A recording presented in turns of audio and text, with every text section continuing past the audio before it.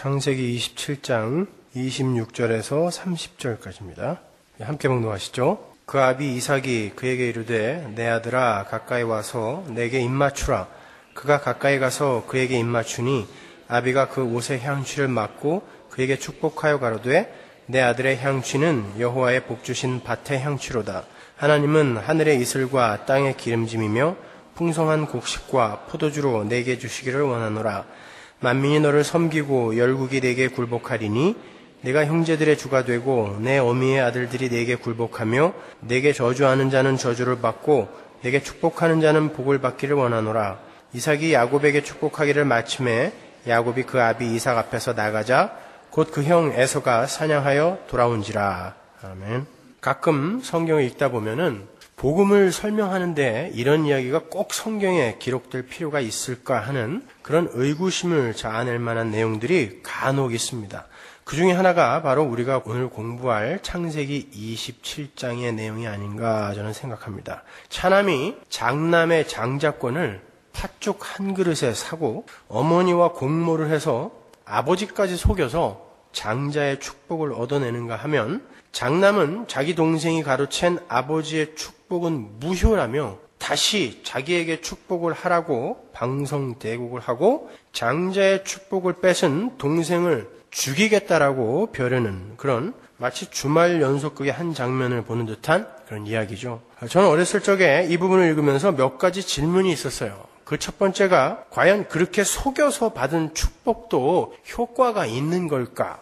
저는 혼자서 답을 내리길 그렇게 도득한 축복은 하나님도 무효로 처리하신다라고 생각을 했어요. 지금은 아니지만요. 왜냐하면 야곱이 속여서 가로챈 그 축복으로 그가 꽤 험악한 삶을 살다가 죽었다는 것을 성경이 기록하고 있기 때문에 그렇습니다. 만약 혹자들이 이야기하는 것처럼 야곱이 보여준 하나님의 축복에 대한 그런 집념을 하나님이 기특하게 보셔서 그에게 복을 주셨다면 그의 삶이 그렇게 험악하게 끝나버리면 안 되잖아요. 두 번째 질문은 만일 제가 생각한 것처럼 그렇게 속여서 가로챈 축복이 유효한 것이 아니라 야곱이 험악한 삶을 살다가 간 것이라면 왜 이삭은 야곱에게 한 축복을 무효라고 선언하고 네가 나를 속였기 때문에 내가 너한테 준 거지 그렇지 않으면 난 너한테 절대 축복하지 않았을 거야 라고 그렇게 무효라고 선언해버리고 장자인 에서에게 다시 축복을 하지 못했을까?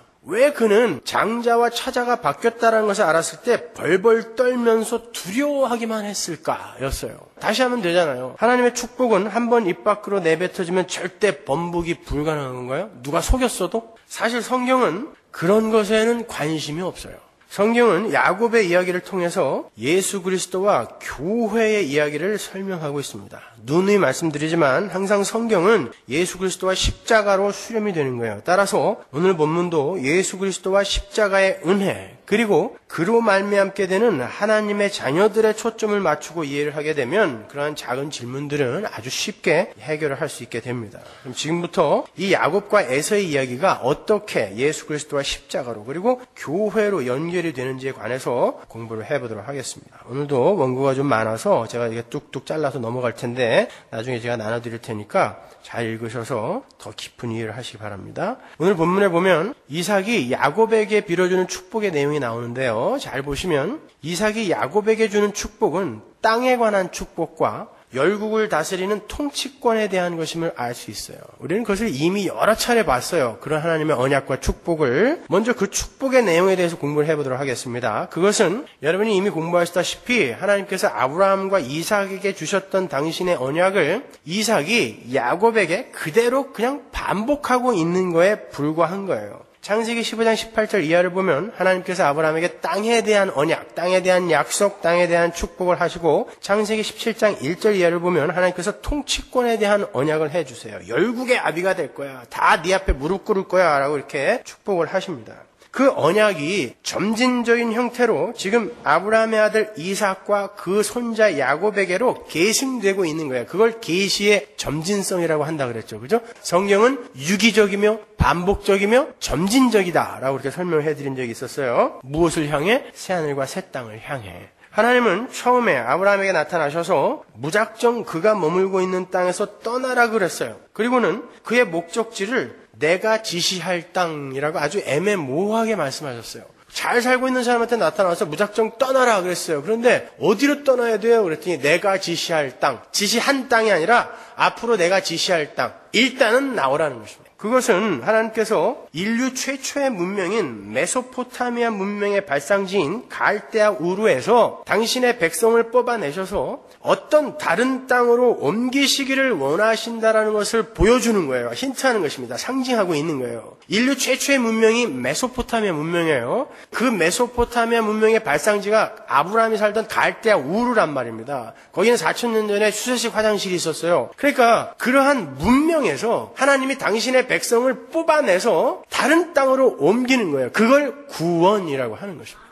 하나님께서 아브라함을 뽑아내신 인류 최초의 갈대아 문명은 인간들이 하나님 없이 자기들 스스로가 자신의 인생의 왕이 되어서 살겠다라고 만들어낸 세상의 힘을 대표하는 거예요. 거기가 바벨론이에요. 갈대아, 우르. 그것은 하나님께서 그렇게 인간들 스스로의 힘으로 행복에 도달해 보겠다고 하는 시도에서 만들어진 그 문명, 힘의 원리로 움직이는 그 문명에서 당신의 백성들을 뽑아내셔서 진짜 복된 땅, 진짜 기름진 땅, 진짜 풍성한 땅으로 인도하시고야 마실 것이다라는 것을 힌트하고 있는 거예요. 그러니까 이 땅에서 뽑아내요. 하나님 나라로 옮기시겠다라는 것입니다. 죄의 세상에서 뽑아내요. 하나님 나라로 옮기시겠다라는 것을 힌트하고 있는 거예요. 그런데 그 사실이 최초의 계시로 주어졌을 때에는 아주 모호하게 내가 지시할 땅이라고만 주어진 거예요. 그렇게 그가 가야 할 땅이 어디인지도 가르쳐 주시지 않은 채 그를 끌어내시고는 세겜 땅에 이르렀을 때 여기가 그 땅이다라고 가르쳐 주셨어요. 미리 좀 가르쳐 주시지. 그냥 어디로 가야 할지 모르고 무작정 걸어가는데 세겜 땅에 이르렀을 때 하나님이 여기가 그 땅이니라라고 그 땅의 정체를 밝히셨단 말입니다. 그리고 그 땅이 오늘 본문에서는 기름지고 풍요한 땅으로 한 단계 더 명확히 이제 밝히 계시가 되는 거고, 요한계시록에 이르러서는 그 땅이 새 하늘과 새 땅임이 밝혀지는 거예요.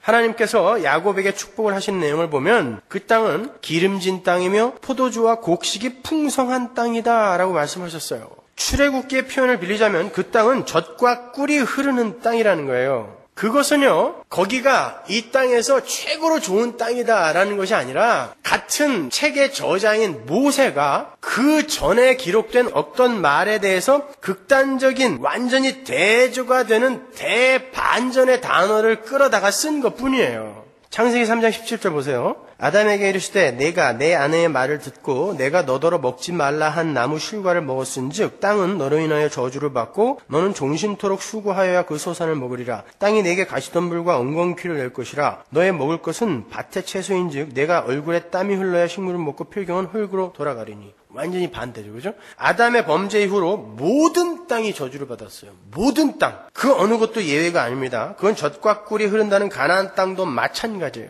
그런데 하나님은 온통 저주를 받은 이 세상에서 저주받은 땅이 아닌 기름지고 복된 땅을 약속하고 계세요. 그렇다면 하나님이 일구이연하시는 걸까요? 땅을 전부 저주해놓고 아니야 그때 사실은 요거는 아니었어. 이렇게 일구이연하시는 거예요? 그렇지 않습니다. 모든 땅은 그때 다 저주받았어요. 하나님은 이 세상에 이 세상 나라가 아닌 다른 나라가 뚫고 들어오게 될 것임을, 침투해 들어오게 될 것임을 미리 예시하고 계시는 거예요. 하나님께서 저주하신 그 저주받은 땅이 힘의 원리로 움직이는 문명이라는 것을 만들어냈어요. 하나님은 그 저주받은 땅 갈대아 우르 바벨론에서 젖과 꿀이 흐르는 하늘의 땅으로 창세전에 택해진 당신의 백성들을 반드시 옮기시고야 마시겠다라는 것을 성경이 점진적으로 계시를 하는 거예요. 그래서 야곱이 그 축복을 탈취하여 도둑했음에도 불구하고 그는 그 땅에서 쫓겨나는 것입니다. 아버지의 재산 한 푼도 못 받고 축복은 가로채긴 했는데 쫓겨났어요. 왜? 그에게 주어질 복은 이 세상의 것이 아니라 하늘의 것이기 때문에 그가 그렇게 쫓겨나는 모습을 보여주는 거예요. 축복을 받았음에도 풍성한 포도주와 기름진 소산이 다 네 거다 그랬는데 하나도 못 갖고 쫓겨났다니까요. 14년 동안. 그 후에도 알거지 돼서 애굽으로 도망갔단 말입니다. 밥 얻어 먹으러. 아들이 있는 애굽으로 밥 얻어먹으러 도망간 거예요. 그게 무슨 축복이에요. 오늘 그가 도둑한 축복의 내용과는 완전히 다르잖아요. 그렇죠? 하늘의 축복, 새하늘과 새 땅에 관한 언약을 이렇게 작은 그림에서부터 시작해서 큰 그림으로 옮겨가며 결국 요한계시록에서 새하늘과 새 땅으로 꽝 하고 밝혀내는 거예요. 그게 땅에 관한 언약인 것입니다. 그러니까 오늘 본문에서 야곱에게 주어진 하나님의 축복 중에 기름진 땅과 풍성한 소산에 관한 언약은 새 하늘과 새 땅을 가리키고 있는 거예요. 거기에 대해서는 제가 아브라함과 땅이라는 그 설교에서 자세하게 설명했으니까 다시 한번 들어보세요. 두 번째로 하나님이 창세전에 택하신 하나님의 자녀들은 아담 안에서 마귀의 종이 되어버렸음에도 불구하고 그들이 그들의 머리를 밟고 결국 열국의 왕으로 통치자로 하늘의 왕노릇하는 자로 만드시겠다라는 것이 지금 야곱에게 내려지는 하나님의 축복이자 언약인 거예요. 그 약속 또한 창세기 3장에서 미리 힌트되어져 있습니다. 3장 15절 볼까요? 내가 너로 여자와 원수가 되게 하고 너의 후손도 여자의 후손과 원수가 되게 하리니 여자의 후손은 내 머리를 상하게 할 것이요 너는 그의 발꿈치를 상하게 할 것이니라. 지금 뱀한테 저주하시는 거거든요. 여기서 후손, 제라라는 단어가 처음 나와요. 그리고 아브라함의 언약, 이삭의 언약, 야곱의 언약, 다윗의 언약, 언약에 끊임없이 등장합니다. 그 후손이라는 단어가. 그리고 요한계시록에서 아들로 딱 드러나게 되거든요. 그걸 제가 밝혀드릴 거예요. 여기에서 여자의 후손은 당연히 예수 그리스도를 가리키는 거죠. 너무나 많이 우리가 봤기 때문에 거기에 대해서 설명 안 할게요. 그러나 그리스도 안에서 구원받게 될 모든 교회를 포함하고 있는 거예요. 거기에 대해서는 제가 잠시 후에 설명해 드릴게요. 따라서 예수의 승리는 바로 교회의 승리가 되는 거예요. 예수가 뱀의 머리를 밟을 때 그 안에서 교회가 함께 그 머리를 밟는 거예요. 어떻게? 십자가 안에서. 그러니까 성경의 주제는 십자가예요. 그 십자가가 없이는 성경의 어느 구절도 열 수가 없어요. 그 십자가로만 다 풀 수 있어요. 사구검서도 전부 십자가로만 풀 수 있어요. 제가 지난주에 하나 예를 들어드렸죠. 네. 자, 그것이 바로 바울 신학의 백미인 그리스도와의 연합, 유니언 크라이스트의 교리인 것입니다. 하나님은 당신의 백성들을 반드시 승리자로 만드시고야 마실 것이다라는 결연한 의지가 바로 여기 창세기 3장 15절에서부터 나타나고 있는 거예요. 그래서 창세기 3장 15절을 학자들은 원시복음이라고 이야기하잖아요. 최초의 복음이라 말입니다. 이렇게 하나님으로부터 주어져서 믿음의 자손들에게 계승되어져 내려오는 하나님의 언약은요, 그 자체가 축복의 내용이에요. 하나님의 백성들에게 주어지는 언약은 전부 축복이에요. 축복과 언약은 혼용해서 쓸 수 있는 단어예요. 그리고 그 내용은 가시와 엉겅퀴만을 내는 저주와 사망의 땅에서, 그게 이 세상이거든요. 그 땅에서 죄의 종으로 살다가 죽어야 할 자들 중에 당신의 백성들을 뽑아내셔서, 갈대우르에서 뽑아낸 것처럼 뽑아내셔서 죄의 머리를 밝게 하시고 세상을 밝게 하시고 세상이 그들을 감당할 수 없게 만들어버리는 걸 밝게 한다는 거예요. 세상을 밝게 하시고 하늘의 풍요가 충만히 넘치는 약속의 나라를 허락하실 것이다라는 그 복음을, 그 언약이 담고 있는 거예요. 그 하나님의 축복이 담고 있는 거예요. 그게 야곱이 탈취하여 도둑한 하나님의 축복의 내용입니다. 그게 창세기부터 요한계시록까지 흐르는 모든 언약의 내용이에요. 그 언약에 대해서는 제가 요한복음 강해 때 자세하게 설명해 드린 적이 있었어요. 그걸 다시 한번 참고해서 들으세요. 그러니까 처음 오신 분들은 들을 게 많아요. 그냥 여기서부터 출발하면 하나도 못 알아들어요. 그러니까 그 전에 사전에 공부를 많이 하셔야 됩니다, 여러분.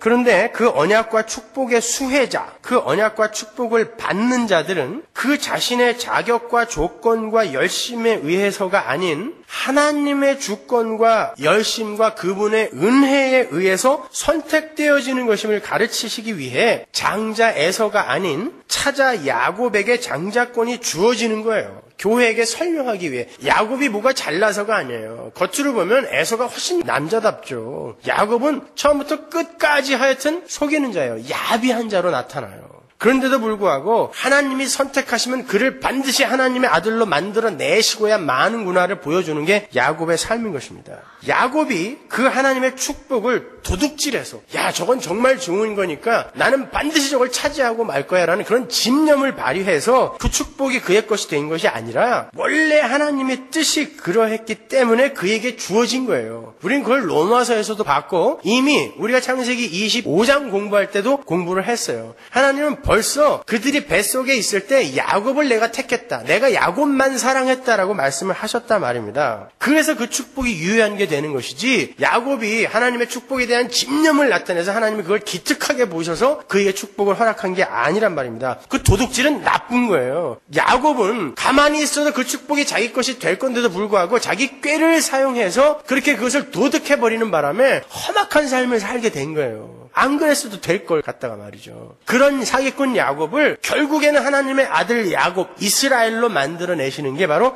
야곱의 이야기예요. 그렇게 하나님이 누군지도 알지 못하고 갈대아 우르, 메소포타미아 문명의 발상지에서 수세식 화장실에서 용변을 보며 살던 아브라함에게 찾아가서 하나님 당신 누구예요? 그런데 내가 하나님이야. 에고, 에이미. 내가 하나님이야. 내가 스스로 있는 자야 라고 자기를 밝히시고 그를 거기서 끌어내오셔서 결국 모리아산에 세우시는 그러한 하나님, 그런 하나님이 야곱의 인생에도 간섭하셔서 그를 결국 이스라엘로 만들어내시더라라는 구원의 서정이 그의 삶 속에 다 들어가 있는 거란 말입니다. 높아심에서 제가 말씀드리는 것이지만 자칫 오늘 본문을 보시면서 하나님의 축복은 너무나 소중한 것이기 때문에 사기를 쳐서라도 빼앗을 수 있다는, 그러니까 올바른 목적을 위해서는 어떠한 수단과 방법도 정당화될 수 있다라는 그런 프래그머티즘이나 실용주의를 옹호하는 그런 구절로 오해를 하시면 안 돼요. 그런 오해 때문에 오늘날 교회가 이 모양이 된 것입니다. 꽁 잡는 게 매예요. 사람만 많이 모으고 예배당 크게 지으면 그게 왔다요. 그러니까 방법과 수단은 어떻게 정당화돼도 괜찮아요. 천만의 말씀입니다, 여러분. 거기에 대한 오해를 더하는 에피소드가 누가복음 5장에 나오는 중풍병자를 고치는 사건인데요. 주님께서 어떤 마을에서 바리새인들과 율법 교사들에게 가르치고 계실 때 사람들이 너무 많아서 주님께 가까이 오지 못한 중풍병자와 그를 침상에 들고 온 그의 친구들이 그 집의 지붕을 뜯고 침상을 아래로 내리죠. 그때 주님께서 중풍병자를 고쳐주세요. 그걸 보고 주님의 은혜를 받기 위해서는 남들이 기다리건 말건 새치기를 하거나 남의 집 지붕을 마음대로 뜯어내도 괜찮다는 식의 해석을 해서는 안 되는 것입니다. 그건 나쁜 짓이에요. 질서를 지켜야죠. 남들은 전부 기다리고 있는데 지들만 새치기해서 지붕 뜯고 올라가서 그래도 되는 거예요? 그 얘기하는 거 아니란 말입니다. 그때 그렇게 지붕을 뚫고 내려온 중풍병자를 예수님이 고쳐주세요. 그런데 고쳐주시고 나서 뭐라 그러냐면 일어나서 걸어가라 그러지 않고 네 죄가 사해졌다라고 이야기를 해요. 그때 바리새인들과 율법사들이 아니 참남하도다. 네가 죄를 사할 권세가 있단 말이냐? 라고 이야기했을 때 예수님이 뭐라 그래요? 일어나서 걸어가라는 말과 네 죄가 사해졌다라는 말과 어떤 게 더 쉬운 말이냐? 헬라어로는 일어나 걸어가라가 간단한 말이거든요. 당연히 일어나 걸어가라지 그랬을 때 근데 왜 내가 네 죄가 사해졌다라고 이야기를 했겠느냐라고 이유를 밝혀주시는데 뭐라 그래요? 내가 죄를 사하러 이 땅에 왔음을, 나에게 그런 권세가 있음을 너희에게 알려주기 위해 내가 일부러 그렇게 이야기했다라고 이야기한단 말입니다. 그러니까 주님은 지금 그 중풍병자에게 야, 너 내 은혜를, 나의 권세를 네가 믿고 이렇게 남의 지붕까지 뜯어서 새치기를 하면서까지 나에게 찾아왔구나. 잘했다 이놈, 기특한 놈 하고 고쳐주신 게 아니라 너는 지금 나에게 네 병을 고쳐달라고 남의 집 지붕까지 뜯어내면서까지 이렇게 찾아왔지만 나는 그런 걸 해주러 온 사람이 아니야. 나는 죄를 사해주러 온 거란다를 이야기한 거예요. 그래서 네 죄가 사해졌다라고 이야기한 것입니다. 그 중풍병자가 고침을 받은 건 그의 열심히 기특해서 고침을 받은 게 아니라 원래 창세 전에 하나님의 작정과 예정 속에 들어있던 사람이기 때문에 죄가 사해진 것뿐이에요. 예수님은 오히려 그를 야단쳤단 말입니다. 질서를 지켜야지. 그리고 나에게 와서 세상의 떡이 아닌 생명의 떡을 구했어야지. 너는 고작 네 병 낫겠다고 남의 집 지붕까지도 뜯어내는 수고를 아끼지 않았지 않느냐. 그러나 너는 너의 죄에 대해서는 전혀 관심을 갖고 있지 않았다. 그러나 나는 죄 사해주러 온 거야 라고 대답하신 것입니다. 그러니까 야곱의 열심이 특심이어서 그가 축복을 받았다고 생각하시면 안 되는 거예요, 여러분. 로마서 9장 11절 보세요. 그 자식들이 아직 나지도 아니하고 무슨 선이나 악을 행하지 아니한 때에 택하심을 따라 되는 하나님의 뜻이 행위로 말미암지 않고 아버지와 형을 속이고 그렇게 자기의 열심을, 집념을 드러내고 또 자기의 병이 낫기 위해서 남의 지붕을 뜯어내고 하는 그러한 행위, 그건 아무 상관없었다는 거예요. 행위로 말미암지 않고 오직 부르시는 이에게로 말미암아 서게 하려 하사 리브가에게 이르시되 큰 자가 어린 자를 섬기리라 하셨나니 기록된 바 내가 야곱은 사랑하고 에서는 미워하였다 하심과 같으니라. 그렇죠? 분명히 나오잖아요. 왜 하나님께서 야곱을 택했는지. 그건 하나님의 은혜는 수혜자의 행위로 말미암지 않는다라는 것을 교회에게 알려주기 위함이다 라고 명확히 사도 바울이 이야기하고 있어요.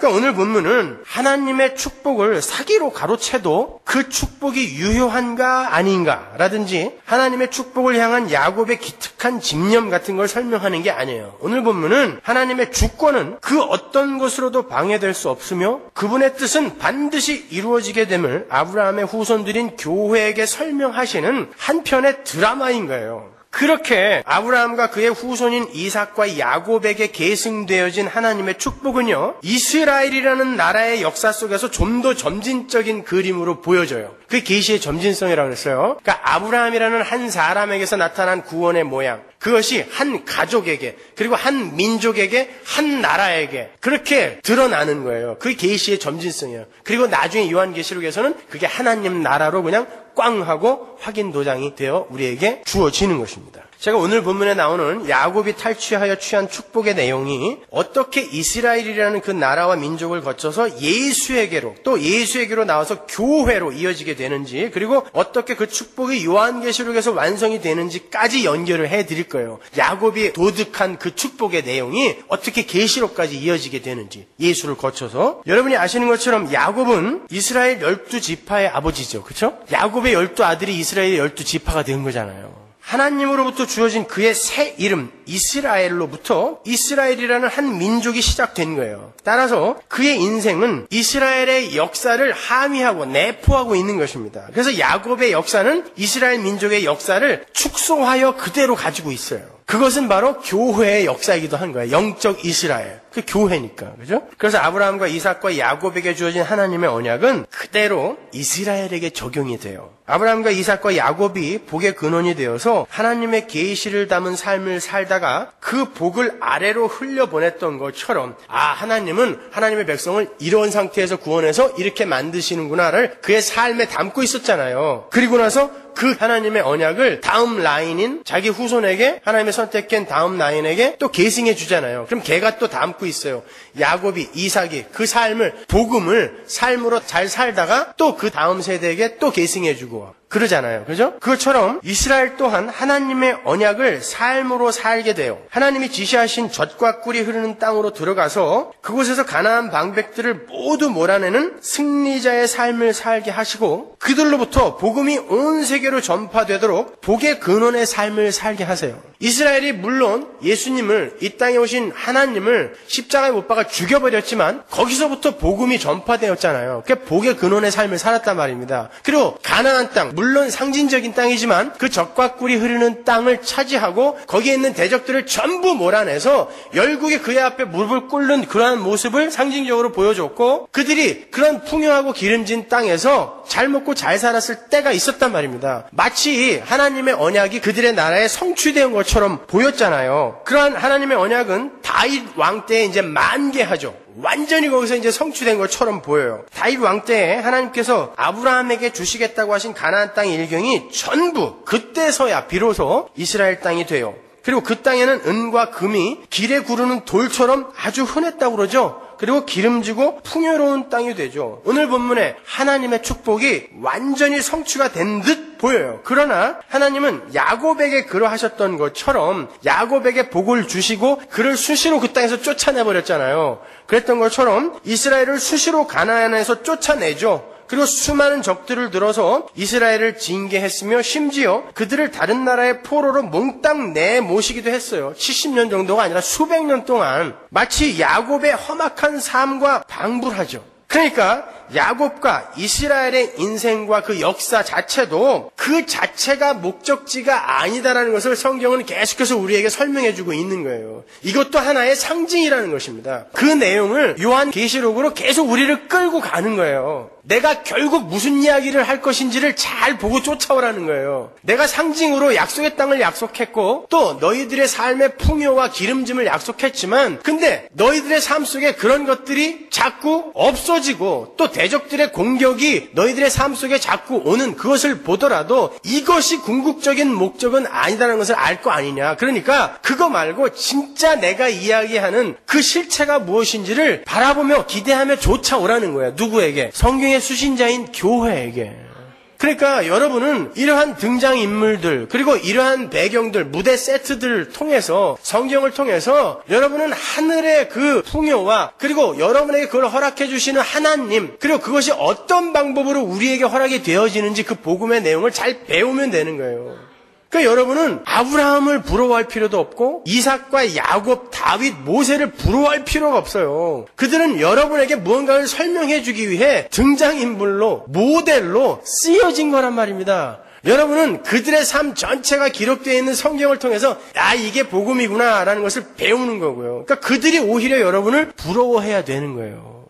그 언약은 다윗의 언약으로 이어지게 되는데요. 사무엘하 7장 12절 내 수완이 차서 내 조상들과 함께 잘 때에 내가 내 몸에서 날 자식을 내 뒤에 세워 그 나라를 견고케 하리라. 저는 내 이름을 위하여 집을 건축할 것이요 나는 그 나라 위를 영원히 견고케 하리라. 나는 그 아비가 되고 그는 내 아들이 되리니 저가 만일 죄를 범하면 내가 사람 막대기와 인생 채찍으로 징계하려니와 내가 네 앞에서 패한 사울에게서 내 은총을 빼앗은 것 같이 그에게서는 빼앗지 아니하리라. 창세기 3장 15절에서부터 계속 등장하는 후손에 대한 예언이 또 등장해요. 여기에서 이 후손은 1차적으로 솔로몬을 가리키지만 진짜는 누구를 가리키는 거예요? 예수님을 가리키는 거죠. 그렇죠? 자, 이 후손이 누구라 그래요? 아들이라 그러잖아요. 내 아들이 될 거라 그러죠. 하나님의 아들은 누구예요? 예수님이잖아요. 근데 이상한 게 여기 보면 그 후손은 하나님의 아들이라고 그러면서 그 후손에게서 내 언약이 내 축복이 온전히 성취될 거라고 말씀하시는데 그의 왕위가 이제 어떻게 되지 않고 견고해지리라고 이야기하잖아요. 그 후손에게서 하나님의 언약이 이제 완성이 성취가 될 거라고 하는데 여기 보시면 그 아들을 사람 막대기와 인생 채찍으로 징계하시면서 아들을 만드시겠다 그래요. 그럼 보세요. 분명히 이 후손은 창세기 3장 15절부터 등장하는 그 후손, 여인의 후손은 예수님인데 왜 여기서는 하나님께서 그를 사람 막대기와 인생 채찍으로 아들을 만드시겠다고 하실까요? 먼저 갈라디아서 3장 16절 보세요. 이 약속들은 아브라함과 그 자손에게 말씀하신 것인데 여럿을 가리켜 그 자손들이라 하지 아니하시고 오직 하나를 가리켜 네 자손이라 하셨으니 곧 그리스도라. 창세기 3장 15절부터 등장하는 후손이란 단어, 제라는 전부 단수예요. 네 후손들이 하늘의 별처럼 바다의 모래처럼 많아질 것이다. 에서의 그 후손도 단수예요. 그러면 이게 안 맞는 거죠. 그렇죠? 근데 왜 거기서는 계속해서 단수를 쓰셨나요? 그리고 왜 그 후손, 그 예수 그리스도를 하나님이 다윗의 언약, 나단의 신탁에서는 그를 사람 채찍 인생 막대기로 아들을 만드시겠다라고 이야기하시냔 말이에요. 그러니까 그 후손, 창세기 3장 15절에서 뱀의 대가리를 밟게 하겠다라는, 그래서 승리자로 만들겠다라는 그 후손은 두 가지를 동시에 함유하고 있는 거예요. 이중적 상징인 것이죠. 하나는 누구? 예수 그리스도. 그리고 그 안에서 함께 구원받게 될 하나님의 백성들을 동시에 품고 있는 것입니다. 아브라함의 후손, 그것이 바로 예수이며 여러분인 거예요. 교회인 거예요. 아브라함의 믿음을 공히 가지고 있는 교회. 로마서 4장 16절 보세요. 그러므로 후사가 되는 이것이 은혜에 속하기 위하여 믿음으로 되나니 이는 그 약속을 그 모든 후손에게 굳게 하려 하심이라. 율법에 속한 자에게 뿐 아니라 아브라함의 믿음에 속한 자에게도니 아브라함은 하나님 앞에서 우리 모든 사람의 조상이라. 누구? 하나님의 백성들의 조상이라 말이에요. 그래서 우리가 후손이라는 얘기예요. 우리가 아브라함의 후손이라는 얘기예요. 기록된 바 내가 너를 많은 민족의 조상으로 세웠다 하신 것 같으니 그의 믿음 바 하나님은 죽은 자를 살리시며 없는 것을 있는 것 같이 부르시는 이시니라. 예, 바로 그 후손이 바로 우리인 거예요. 교회인 거예요. 예수 그리스도와 그 안에서 구원받게 될 교회. 결국 하나님의 아들 예수 안에서 하나님의 아들들이 되어서 하나님의 나라를 유업으로 받게 되는 우리 교회에게 너희들은 어떻게 시작되어 어떠한 과정을 거쳐 어떠한 방법으로 어떠한 목적지로 가게 될 것인가를 설명해 주는 책이 바로 성경인 거예요. 그걸 조금 더 점진적으로, 조금 더 큰 그림으로 그렇게 설명해 가는 거예요. 그래서 요한계시록에서 결론으로 이거다라고 우리에게 주는 거죠. 그러니까 하나님의 최종 목적은 당신의 아들이신 예수 그리스도 안에서 당신의 택한 백성들을 모두 아들을 삼으셔서 죄를 밟아 뭉개고, 창세기 3장 15절, 뱀의 머리를 밟아 뭉개고 하늘을 통치하는 자로 만들어 내시는 거예요. 내가 바로 그 승리를 너희들에게 선물해 주겠다라는 것입니다. 그게 바로 야곱의 인생인 거예요. 그게 바로 야곱이 도둑해낸, 탈취한 축복의 내용인 거고요. 그런데 요한계시록에 보시면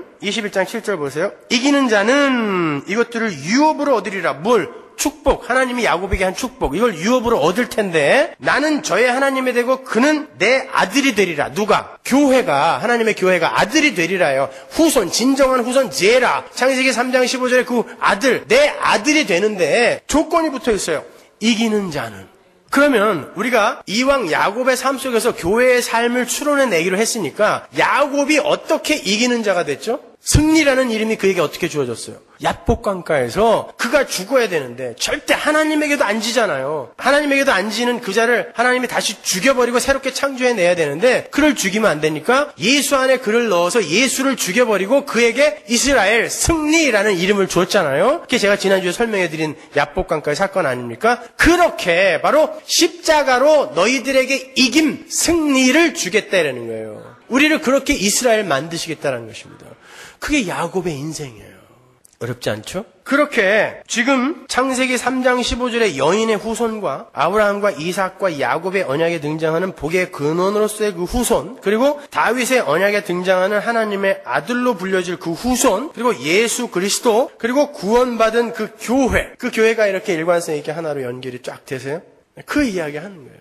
그렇다면 영적 이스라엘, 즉 교회는 이 땅에서 무엇을 목표로 하여 살아가야 하는가까지 가야 되겠죠. 그죠? 승리, 이스라엘이라는 이름을 가지게 된 이기는 자가 그 유업을 받고 아들이 되는 거니까 그 승리, 이기는 자, 이스라엘이라는 이름을 가지게 된 야곱이 어떻게 그의 인생을 승리로 끝내는지 보면 될 거 아니에요. 어디에 나와 있어요 그게? 창세기 48장 17절 보세요. 요셉이 그 아비가 우수를 에브라임의 머리에 얹은 것을 보고 기뻐 아니하여 아비의 손을 들어 에브라임의 머리에서 므낫세의 머리로 옮기고자 하여 그 아비에게 이르되 아버지여 그리 마옵소서 이는 장자니 우수를 그 머리에 얹으소서. 그 아비가 허락지 아니하여 가로되 나도 안다 내 아들아 나도 안다. 그도 한 족속이 되며 그도 크게 되려니와 그 아우가 그보다 큰 자가 되고 그 자손이 여러 민족을 이루리라 하고. 이거 야곱과 에서의 이야기와 똑같은 이야기가 나오고 있어요. 그런데 달라요. 보실래요? 그날에 그들에게 축복하여 가로되 이스라엘 족속이 너로 축복하기를 하나님이 너로 에브라임 같고 므낫세 같게 하리라 하여 에브라임을 므낫세보다 앞세웠더라. 오늘 본문에는 하나님의 뜻에는 아랑곳하지 않고 자신들의 취향과 욕심에 이끌려서 사기와 권모술수를 동원해서라도 자신의 욕망을 채우려는 자들이 등장하잖아요. 이삭, 야곱과 에서가 리브가의 뱃속에 있을 때 하나님으로부터 작은 자가 큰 자 위에 서게 되리라라는 하나님의 계시를 직접 들었습니다. 리브가 마찬가지예요. 야곱 이름 자체가 속이는 자예요. 평생을 얍삽하게 자기의 목적과 야망을 위해서만 산 자죠. 에서 마찬가지예요. 자기의 욕심과 눈앞에 보이는 유익을 위해서 하나님의 언약을 초계처럼 여겨버린 자들. 하나님이 아닌 자기 자신, 자기의 배, 자기의 영광만을 위해서 살던 자들이 오늘 본문 창세기 27장에 등장하는데 여기에는 어때요? 똑같은 인물인 야곱이 등장하는데 이제는 이스라엘이 되어버린 거예요. 아들이, 자기가 가장 사랑하는 아들 요셉이 아버지 장남은 므낫세예요. 그러니까 장남 머리에다가 오른손을 얹으셔야죠 라고 했더니 아니야, 하나님의 뜻은 그런 게 아니야 라고 하면서 손을 어긋맞추어 축복을 하는 것으로 끝나는 것입니다. 보세요. 하나님의 뜻이 어떤 것이든 상관없이 내 욕심과 내 꾀를 쫓아 살던 어떤 이가 결국 험악한 삶을 통과하여 내 뜻이 아닌 내가 가장 사랑하는 아들 요셉이 부탁하는데도 아니야, 하나님의 뜻은 이루어져야 돼 라고 어긋맞춰 순종하는 자로 삶을 끝내는 것입니다. 그게 야곱의 인생인 거예요. 그게 이스라엘의 삶이며 그게 영적 이스라엘인 교회의 삶이어야 되는 것입니다. 그게 교회의 목적지가 되어야 된다는 거예요.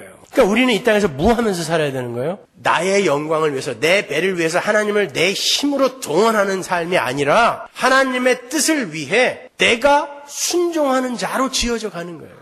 나를 비우고 내가 낮아져서 나의 손해와 상함을 감수하여 하나님의 뜻을 이루어내는 자로 지어져 가는 것이 바로 교회의 본무인 것입니다.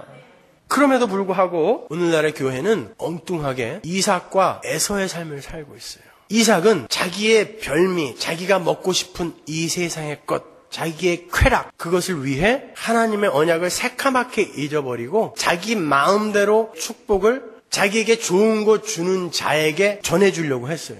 그게 뭐죠, 여러분? 세상에서 자기가 원하는 것을 받고 그에게 축복을 빌어주는 걸 뭐라고 그래요? 무당의 주술이라고 합니다. 그래서 어떤 주석가는 오늘 본문의 제목을 주술의 시작이라고 붙였어요. 이삭을 묵사발 만들어버린 거죠. 주술의 시작. 이삭이 그렇게 살고 있지 않냐는 거예요. 약속의 자손이라는 이삭이 자기의 입에 맞는 별미를 위해 하나님의 언약을 개똥처럼 여기더라는 것입니다. 그거 한 점 얻어먹고 복을 빌어주더라는 거예요. 주술의 시작. 여러분, 성경은 우리 교회에게 구원이란 무엇이며 교회의 본질과 본무가 무엇인지, 그리고 그 교회는 어떻게 해서 존재하게 되었는지를 설명하는 책이지, 절대 여러분에게 여러분이 원하는 어떤 것을 충족시켜주고 여러분이 해결해야 할 어떤 문제를 해결하는 방법을 적어놓은 책이 아니에요. 그런 건 한 줄, 단 한 줄도 없습니다, 여러분. 그 참 후손, 진짜 아들, 진짜 승리자인 예수의 삶이 어떻게 기록되어 있는지 한번 보면 우리가 어떻게 살아야 하는지가 분명히 나타나겠죠? 빌립보서 2장 5절 보세요. 너희 안에 이 마음을 품으라. 곧 그리스도 예수의 마음이니 그는 근본 하나님의 본체시나 하나님과 동등됨을 취할 것을 여기지 아니하시고 오히려 자기를 비워 종의 형체를 가져 사람들과 같이 되었고 사람의 모양으로 나타나셨으며 자기를 낮추시고 죽기까지 복종하셨으니 곧 십자가의 죽음이니라. 그랬더니 하나님이 어떻게 했나 보세요. 이러므로 하나님이 그를 지극히 높여 모든 이름 위에 뛰어난 이름을 주사 통치권, 하늘에 있는 자들과 땅에 있는 자들과 땅 아래에 있는 자들로 모든 무릎을 예수의 이름에 꿇게 하시고, 왕권입니다. 모든 입으로 예수 그리스도를 주라 시인하여 하나님 아버지께 영광을 돌리게 하셨느니라. 그 기름진 하늘의 땅과 그 풍요한 하늘의 땅을 예수에게 주었어요. 그리고 모든 것들을 그 앞에 무릎 꿇게 하셨어요. 오늘 야곱이 탈취해낸 그 축복이 예수 안에서 성취되는 거죠. 근데 그 비결이 뭐예요? 죽기까지 순종한 거라니까요. 이 세상에서 인기 얻고 이 세상에서 많은 돈을 벌고 높은 고지 꼭대기에 올라가서 예수를 믿으면 이렇게 된다를 보여줘서 그렇게 된 게 아니라 낮아지고 비워지고 섬겨주고 사랑해줌으로 말미암아 승리자가 되는 이 역사를 이해하는 걸 성도라고 하는 것입니다. 그가 하나님의 아들이에요. 이기는 자는 이렇게 이겼단 말입니다. 예수가. 그러니까 교회는 낮아지고 퍼주고 섬겨주고 사랑해주는 것을 목적지로 삼아야 되는 거예요. 그게 아들의 삶이에요. 그게 하늘나라의 왕의 삶인 것입니다. 그럼에도 불구하고 그러한 그 예수 그리스도 가장 낮은 곳으로 오셔서 가장 낮은 자리에서 죽으심으로 말미암아 가장 높은 곳에 등극하신 그 예수님의 자리에 신비주의, 기복주의, 실용주의, 물질주의, 번영의 신학, 고지론 이런 것들이 차고 앉아버렸단 말입니다, 여러분. 그것을 기독교라고 합니까, 여러분? 무조건 번영하고 성경하고 많이 모으면 그게 장땡이에요? 방법은 어떠해도 상관없습니까? 그렇지 않아요. 그러니까 교회가 이렇게 많은데 세상 사람들에게 교회는 개독교일 뿐입니다. 하나님이 그 개독교를 기뻐하실까요? 하나님은 예수 믿는 성도, 아들들을 기뻐하시지 그러한 이 세상의 메소포타미아 문명의 발상지 갈대아우르 바벨론이 상징하는 그 세상에 물들어서 그 세상의 원리를 가지고 하나님을 방법과 수단으로 동원하는 개독교인들은 관심 없어요. 그럼에도 불구하고 그것만을 쫓아가요. 여러분, 그건 절대 안 돼요. 하나님은 갈대아 우르에서 바벨론에서 여러분을 뽑아내시는 분이에요. 거기다가 밀어넣고 거기서 벽에 모 발릴 때까지 거기서 잘 먹고 잘 살아라가 아니라니까요. 하나님은 거기서 뽑아내시는 분입니다. 그래서 여러분의 삶 속에 때로는 그러한 문명이 낳은 세상의 힘이 세상 사람들이 가치라고 정해놓은 것들이 여러분 삶 속에서 빠져나가기도 하는 거예요. 그때에도 내 안에 믿음이 있는가를 확인하는 것입니다. 그게 성도인 거예요. 그렇게 이상한 가짜 하나님을 전하는 이들은 절대 사람들의 가슴을 후벼 파는 진리를 이야기할 수가 없어요. 예수 믿으면 무조건 잘 돼요. 예수 믿으면 무조건 병 나요. 예수 믿으면 무조건 만사 형통해요. 소원 성취해요. 안 돼요? 나한테 오세요. 내가 안수하면 다 돼요. 이런 식이 되는 거예요. 사람들은 그걸 좋아해요. 근데 예수님은 절대 안 된다. 거기 가지 말아라 라고 이야기하셨어요. 볼까요? 디모데전서 4장 3절 때가 이르리니 사람이 바른 교훈을 받지 아니하며 귀가 가려워서 자기의 사욕을 좇을 스승을 많이 두고 그런 스승만을 쫓아다닌다는 거예요. 자기 욕심을 충족시켜주는 발언을 잘 해주는 귀에 단 이야기를 해주는 사람 그런 스승을 많이 두고 또 그 귀를 진리에서 돌이켜 허탄한 이야기를 쫓으리라. 그러나 너는 모든 일에 근신하여 고난을 받으며 전도인의 일을 하며 내 직무를 다하라. 바울이 디모데에게 한 이야기예요. 가짜 스승들이 와서 사람들이 듣기 좋은 이야기를 해주고 그들을 많이 모을 거야. 그러나 네가 진리를 이야기하면 너는 고난을 받게 될 거야. 그러나 고난을 받아라 라고 이야기하는 거예요. 너는 전도자의 삶을 살아라. 고난을 받아라 라고 이야기한단 말입니다. 듣기 싫은 이야기라도 죄의 이야기, 저주 이야기, 심판의 이야기, 복음의 이야기, 십자가 이야기, 보혈의 이야기 하라는 것입니다.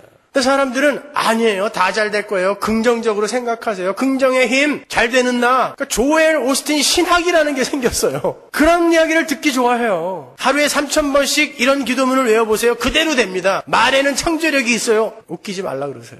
실제로 웃게 되든가요? 그건 자기 최면이라고 하는 것입니다. 그런 기독교는 없어요. 여러분, 저는 여러분들과 사이좋게 지내고 싶어요. 저도 여러분이 듣기 좋은 이야기 많이 해드리고 싶습니다. 어떻게 우리 청년들이 CD실에서 성경 공부하고 있더라고요. 근데 어떤 분이 이제 CD를 사러 오셨어요. 그래갖고 제가 이제 이때니까 저를 찾아오셨는데 앉아가지고 좌불안석 어쩔 줄을 몰라 하세요. 그래서 왜 그러세요? 그랬더니 무서워서요. 그래서 왜 무서우세요? 그랬더니 뭐 몇 년 동안 설교만 들어갔고 제가 굉장히 무서운 사람인 줄 알고 계시는 거예요. 그래갖고 진짜로 보니까 굉장히 무섭네요. 그리고 얼굴에 손을 얹고 뛰질 않아요. 나이 드신 어른인데 남자분이신데 그래서 아니에요. 저 무서운 사람 아니에요. 그리고 이제 좀 이야기를 하다 보니까 아니네요. 이러시면서 뭐 우리 이사 가면 마루를 깔아주시겠다는 분이 그분이시라 그러더라고요. 그분이 유년부, 유아부 마루를 본인이 깔아주시겠다 그러시더라고요. 그래서 너무 무서웠대요. 왜 평소엔 그렇지 않으신 분이 설교를 이렇게 무섭게 하세요? 그러시더라고요, 저한테. 그런 이유예요, 여러분. 여러분이 무서우라고 제가 이런 설교를 하는 게 아니라 여러분 우리가 어떤 존재인지 어디서부터 구원을 받았는지 또 어디로 가야 하는지를 누군가가 계속 그렇게 지적해 주지 않으면 우리는 너무 쉽게 잊어요. 마귀는 이 세상에 너무 재미나고 너무 달콤한 것들을 많이 만들어 놨기 때문에 우리는 일주일에 한 번 교회에 나와주면 그걸로 끝이 되어버린단 말입니다. 그건 안 되는 거예요. 여러분, 전 굉장히 따뜻한 사람이에요. 그럼에도 불구하고 왜 여러분이 듣기 좋은 이야기를 자주 못 해드리냐면 그거는 다른 이들이 많이 해주고 있잖아요. 그리고 여러분은 그것으로 위로를 받으시면 안 돼요. 잘 될 거예요. 소원 성취될 거예요. 병 날 거예요. 그게 위로가 되는 게 아니라 지금은 이런 상황이지만 그래도 우리에게 소망이 있잖아요. 우리가 기대해야 할 그 실체가 진짜로 존재하잖아요. 그러니까 이기세요가 믿음으로 이기세요가 위로가 돼야지 여러분의 삶 속의 모든 문제가 다 해결될 거예요. 그거는 아니란 말입니다. 허탄한 말이란 말입니다. 그건 여러분이 경험해 보셔서 아시잖아요. 그게 바로 멸망에 가증한 것이 거룩한 곳에 선 거예요. 그때는 하나님이 어떻게 하라 그랬어요? 도망가라 내 새끼들아 그랬어요. 거룩한 곳에 믿음만을 가지고 내 눈에 아무 증거 아니 보이고 내 귀에 아무 증거 아니 들려도 믿음만을 가지고 굳게 걸어가고 있는 그러한 성도들, 그들의 믿음의 자리에 엉뚱한 거, 기복, 신비 이런 것들이 들어와서 믿음으로 살려고 하는 사람을 막 흔들어버리는, 오히려 그 자리를 엉뚱한 것들이 꿰차고 앉아있을 때에 얘들아 도망가라, 거기로 개떼처럼 모여라가 아니라니까요. 도망가라 그랬다니까요. 근데 전부 거기가 있어요. 마가복음 13장 6절 보세요. 많은 사람이 내 이름으로 와서 이르되 내가 그러라 하여 많은 사람을 미혹해 하리라. 내가 그러라가 에고 에임이에요. 내가 하나님이다예요. 내가 하나님이다. 꽝 잡는 게 매야. 내가 하나님이야. 이게 예수 잘 믿는 거야. 엉뚱한 게 거기 와 있단 말이에요. 14절. 멸망에 가증한 것이 서지 못할 것을 선 것을 보거든 그때 유대에 있는 자들은 산으로 도망가라. 도망가라. 성경의 이런 이야기들은 역사성과 묵시성을 동시에 갖고 있기 때문에 물론 이 이야기는 AD 70년에 예루살렘 성전이 완전히 파괴되는 그 사건을 이야기하는 것이기도 하지만 이 마지막 때에 일어날 일을 동시에 묵시로 담고 있는 거란 말입니다. 그 멸망에 가증한 것이 엔티오쿠스 에피파네스가 성전에다가 돼지를 갖다 놓고 그 돼지 피로 그 제사상을 그냥 전부 물들여 버린 것처럼 이제 AD 70년에도 그런 일이 일어날 텐데 그런 일이 교회에게 계속해서 일어날 거라는 거예요. 이 신성한 하나님 앞에 와서 돼지피 같은 세상 것들을 갖고 와서 그것들을 주고받는 그러한 멸망에 가증한 것들이 거룩한 자리를 꿰차고 앉아있거든. 도망가라 얘들아. 예수님이 하신 말씀이란 말입니다. 그런데 갈 때 우리에서 나오라고 그러는데 여전히 그 안에 앉아가지고 하나님의 거룩한 전을 돼지 피로 물들이고 있어요? 그건 안 되죠. 하나님 말씀하셨어요. 도망가라. 도망가라. 도망가세요. 그리고 여러분이 너무나 쉽게 잊어버리는, 망각하는 여러분이 어떤 자리에서 구원을 받았는지, 그리고 여러분은 지금 올바로 살고 있는지, 그리고 우리의 목표 지점이 어디인지를 매주 날카롭게 후벼 파버리는 그 앞에 서 계셔야 돼요. 그게 하나님의 말씀인 것입니다. 하나님의 복음은 우리를 이 땅에서 불도저처럼 밀고 와서 오징어 포를 만들어버리는 거예요. 하나님 난 아니에요. 자기 부인. 그랬을 때 우리가 은혜를 꼭 붙들게 되는 거고 그의 삶 속에서 예수의 삶이 나오게 되는 것입니다. 그러니 여러분이 이해 안 되는 일들이 여러분의 삶에 일어난다 할지라도 나는 저주받은 자인가 봐. 이렇게 가시면 안 돼요. 자폭하시면 안 돼요. 아니요. 야곱도 손을 어긋 맞추어 하나님의 뜻에 순종하는 자로 반드시 만들어내시는 하나님이에요. 아브라함도 갈대아우르에서 끌어내어 모리아산에 세우시는 분이에요. 여러분은 적어도 그 사람들보다는 낫잖아요. 아무리 위급한 상황이라고 하더라도 마누라 2번씩 안 팔아먹잖아요. 그죠? 그러한 자도 그렇게 만들어냈는데 내 백성아 하물며 너희일까 보냐. 반드시 만들어낸다는 거예요. 그러나 그들이 겪은 것은 삶 속에서 험악한 삶이었다는 것을 잊지 마세요. 그러나 그게 복이란 말입니다. 예수 잘 믿고 천국 가셔야 돼요, 여러분. 올바른 목적지 어디인지 우리는 잘 알죠? 그리로 가십시다. 기도하겠습니다.